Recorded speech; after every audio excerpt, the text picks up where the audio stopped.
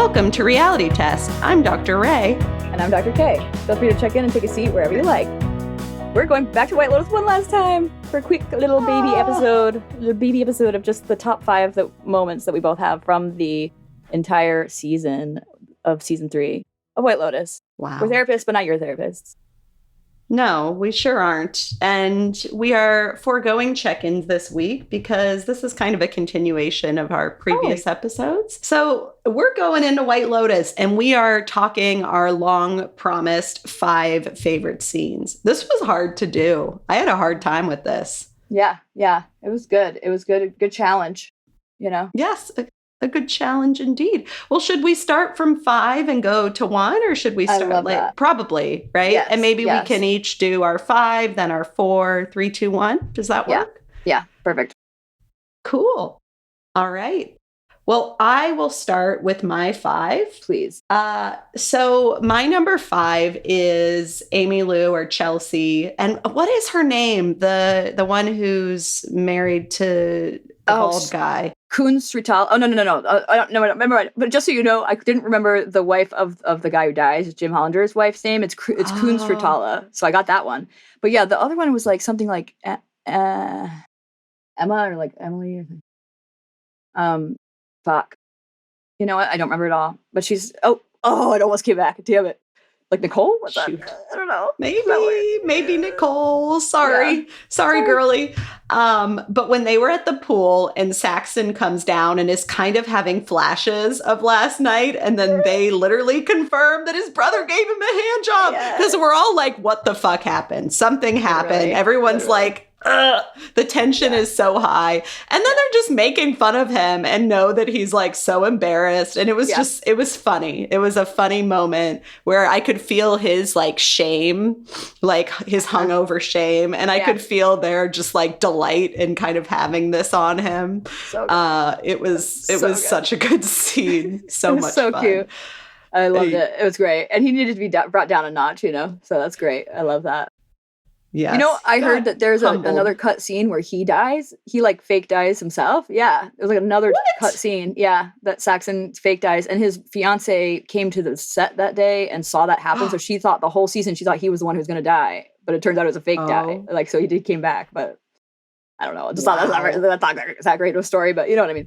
It was sort of interesting. I was like, wow, that's another thing they cut. And another fake out death, which is the whole thing with the monkeys thing I was talking about last time. It's like, you know, a fake out or misdirection, I suppose, is the phrase, the word. So many cut scenes. It's wild. Seriously, they had way too much. But it's a good thing. Yeah. My 5th. I also have an honorable mention because it's not really from the show. But my honorable mention was finding out how effing hot Guy Talk is, the actor who plays Guy Talk. If you seen him off of set, like... No, you mentioned this before, and he was hot on set too. I know. My goodness. He was so cute. He was cute on set, I thought, like very cute and like adorable and sweet and like a great smile. Very attractive. But then like seeing him in his normal like way of being in the world, I was just like, oh my God, what? Like it's so agreeable. So good for him. I loved him. He was great. But that's an offset thing. So my actual 5th one is, this is like when the women were like with the 3 women friends were with the Valentine and his friends, and they went to like the club and whatever. And then they were like, well, let's go back. Like Kate says, I'm going to go back. And so they're like, well, why don't we all go back? We'll go to the villa or whatever. So they go back to the villa, and then they're all like partying and stuff. And I thought that was really great because it was sort of like this like high school debauchery, like hedonism, like scene. And I thought it was a really great point. I think someone says specifically, we're right back in high school. And then someone says like, aren't all adults just pretending? Or where does that come from? I don't know. I think it's from that. But then so there's no one moment when you become an adult, right? Like ultimately we are all like our high school selves still too, you know, which I just love that sort of like brought that energy in and sort of just like fun and debaucherous, and no one got hurt. I was like waiting for something to happen. Nothing happened. You know, it was great. I loved it. It could just be debauchery for debauchery's sake. I loved it. Mm-hmm. Great scene. Yeah, it was a really fun scene. Yeah. Brings back some high school memories for better and for worse. So good. So good. I love it. And the good pool party energy. Yeah. Yes. My number 4 is Frank as Rick is leaving. So Frank, played by Sam Rockwell, after they had done their thing, and he like does a fucking somersault. He's wearing a banana hammock. It's hilarious. It's hilarious. And also I thought at the same time, like deeply sad, right? Because because Frank was sober. He was doing really well. He was figuring some shit out for himself. Yeah. And Rick kind of fucked that for him because of his kind of single-minded quest to kill the guy who killed his father or whatever. Right. And it's like we see then and we see later on all of the people that single-mindedness kind of leaves in its wake. It was both a hilarious scene and like deeply sad, which I love when that intersection happens on this show because it was really funny. It was so funny. And also exactly like he even says to Rick, like, come on, man, like you're the guy, you're the one who did this, like this is why I'm here or whatever. It's like, and now you're leaving me. Right. Like, you know, I get that also. And I also think that's very sad. Like I get why he's saying that, wants him to stay, but then also like why that therefore makes it kind of sad too. It's sort of like it's different when he's just doing it alone, you know, versus like with the person that he thinks inspired him to do it to begin with. So yeah, I agree. That was really well done. I will say too that my number 4 is similarly Sam Rockwell. I said Sam Rockwell in general, but then specifically the speech about the sex speech was so good. I like loved it. He's like, so then I'm basically like fucking myself. Like, I love it so much. Am I an Asian woman? It got so weird. It was so good. And his facial expressions, I mean, he just like nailed the fuck out of that scene. Like he nailed the fuck out of that scene. But then so did Walton Goggles. Walton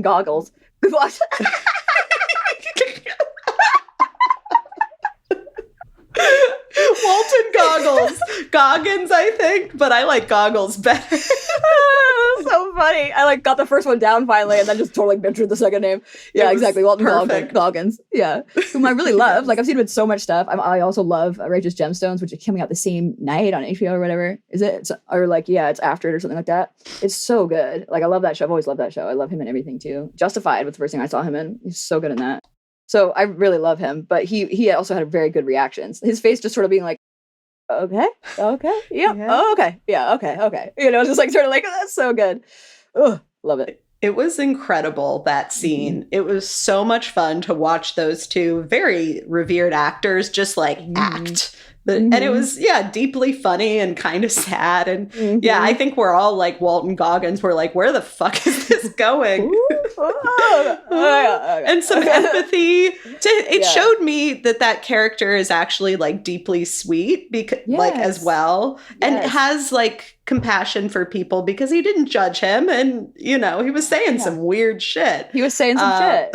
And I also think that's like also like normal stuff too at the same time. Like I think it's weird, like we don't normally hear that on shows, but I think that kind of a help me with that word. It's the word it's like the thing you get like sexually into. It's a fetish. Okay. That was tough. I should not have had that long of a fucking delay on that word. That is wild. But anyway, yeah, it's like I think it's almost like it is also normal to fetishize being with someone who looks like you, or like, you know, it's like that kind of a thing is really common. So it also wasn't like but then it's like at the same time he's also playing with the idea of gender bending, which that's like harder to imagine Walton Goggins' character being okay with that part, for example. But not that that's weird, but that it's okay. It's weird that it's not weird. It's good to know Walton Goggins' character wasn't against that.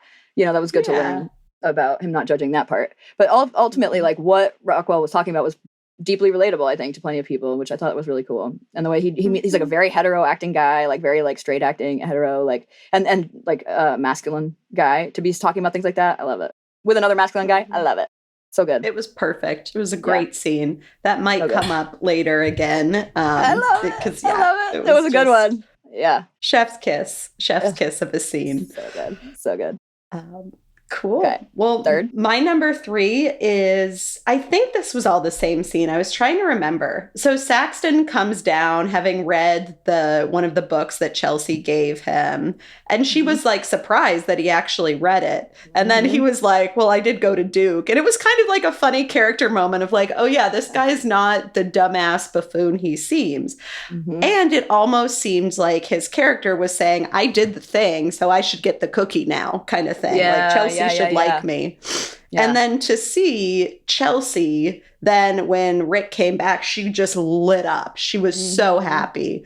And Saxon was sad. And I kind of felt for him. And also was like, this is exactly what you deserve.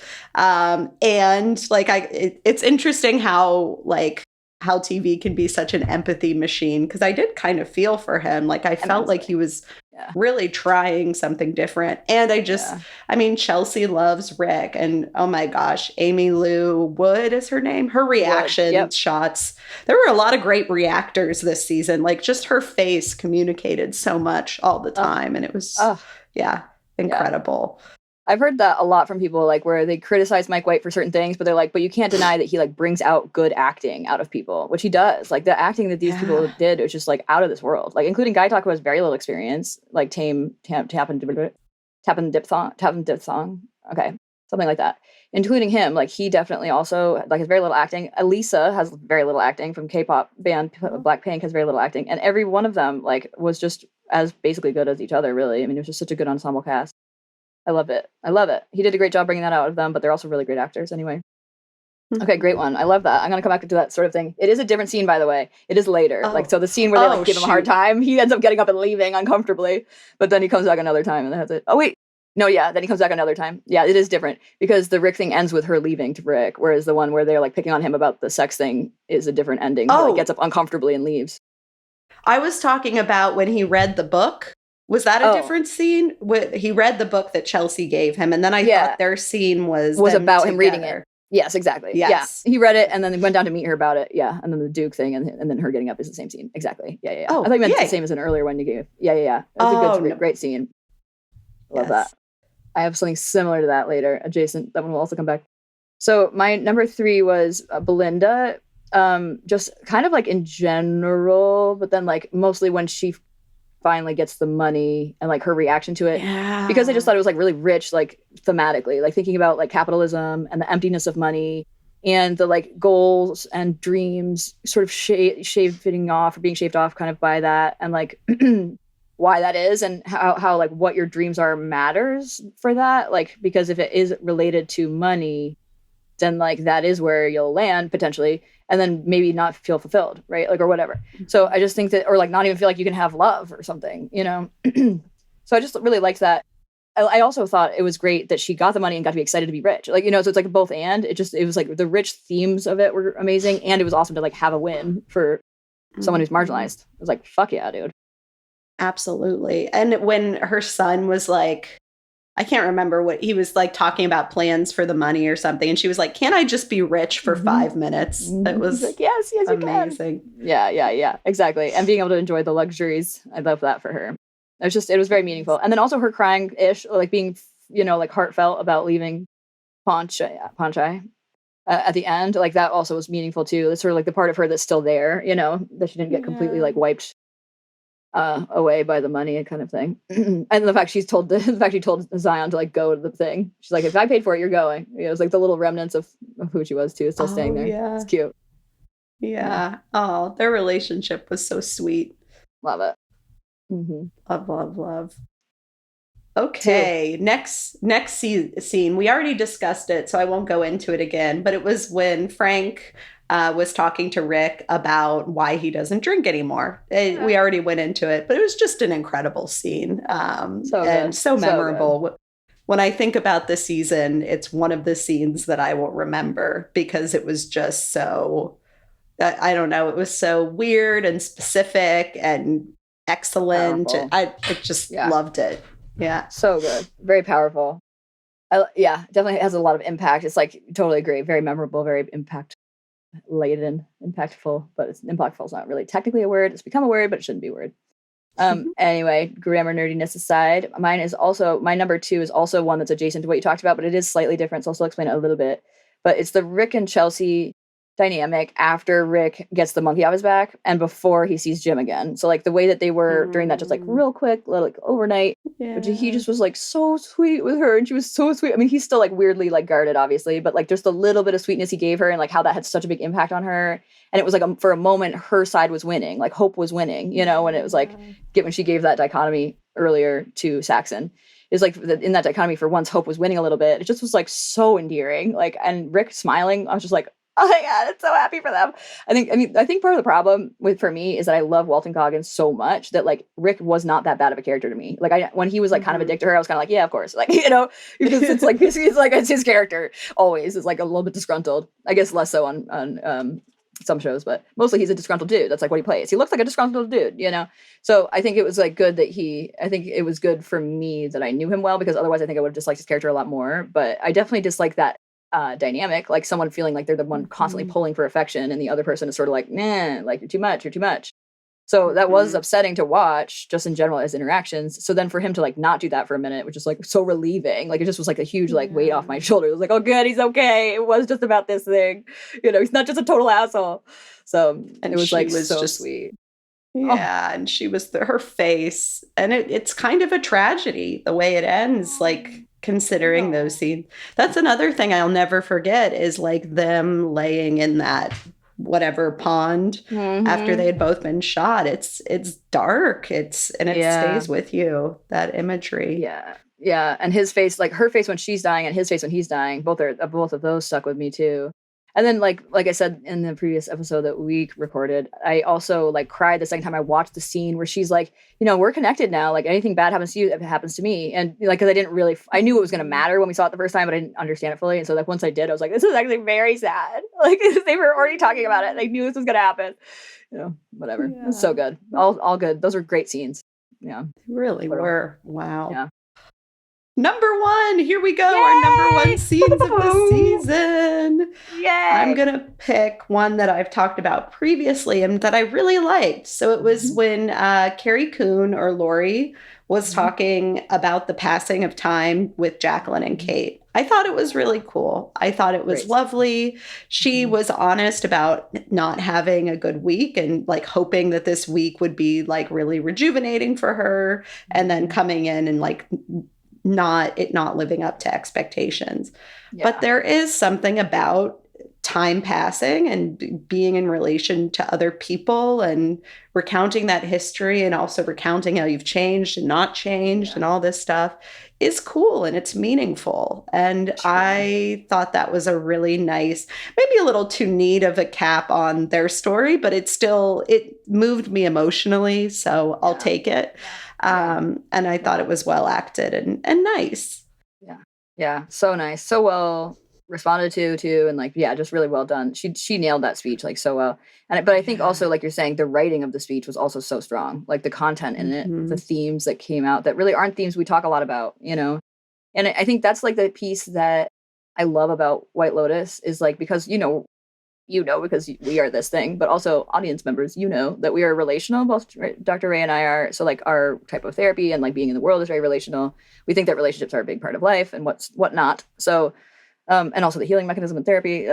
So the whole thing is that Mike White is very relational. Like he's talking about relationships really pretty much the whole show. Like it's like about who people are as individuals, but it's how they relate to each other that we're also focused on. And I think throughout, right? Like how does your relationship change to your family when you lose all the money that they're relying on in their way of living? How does your relationship change to your brother when you give him a hand job? How does your relationship change with your, yours? Normal thing. How does your relationship change? How does your relationship change when like when your husband is like has a monkey on his back about wanting to kill somebody? You know, it's like the relationships shift and change so rapidly, and partly also because who they are as individuals changes. But then also I think sometimes the relationship changing is what changes the individuals too. You know, so it's like this kind of bidirectional thing, and it's such a beautiful, beautiful, beautiful way of like doing this show because that makes it so much more interesting. It's things that we can relate to, things we can't relate to, things that we imagine then or hopefully don't imagine in some cases or like whatever. It's like just so it's always interesting because of that to everybody, I think, frankly. Absolutely. So well said. And it was a nice finale kind of scene before shit got real sad. Very, very sad. Very, very intense. Yeah. So mine is also one we've talked about, or that I talked about in particular too before, which is funny. It's cool that we did these. And then also mine was also from the finale. That's why I also talked about it already. But mine was with Parker Posey, and because I love Parker Posey so much, she has to be my number 1. I can't avoid it. But she, the scene with her and Piper after Piper got back from the monastery, and she starts to break her, facade about it. And Parker Posey was so fucking good. I just like her facial reactions were so on point, And then Jason Isaac's facial reaction. I mean, and Piper did a great job too. Like all three of them were just really good, but Parker Posey just like stole that scene, and it was just with very little. She said very little, and it stole the whole scene.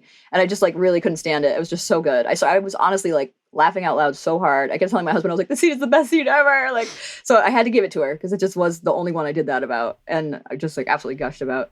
She also, the way that she, like I said this last time when I watched it again and noticed this, is like the way that she landed on giving her a meaningful hug, just to hug her first. Like she was genuinely like eyes closed, like meaning the hug of her daughter, and then turns to her husband and gives him the thumbs up about it. I liked that touch, you know? Like I liked that it wasn't just like immediately like, hi, thumbs up, like while going in, you know, or whatever, because it does make it seem like the way they did do it makes it seem like she does genuinely love, and you know, it's like not just about like having her daughter near. It's like she like loves her and feels bad that she feels that way. And also, but by the way, yay, we get to keep her here, you know. So I liked that. That was again a very relational moment. It's like, you know, that shows that she has that closeness with her daughter for real, and like also then was like, but also, yeah, go us. We're gonna keep her home. Also, thank goodness. And then the scene after that where Parker Posey is just like relishing in her glory and being like, don't worry about the cost. And her daughter kind of going back into that role of being like the rich daughter who likes material things. It was like it was a funny sequence, and I thought very well earned.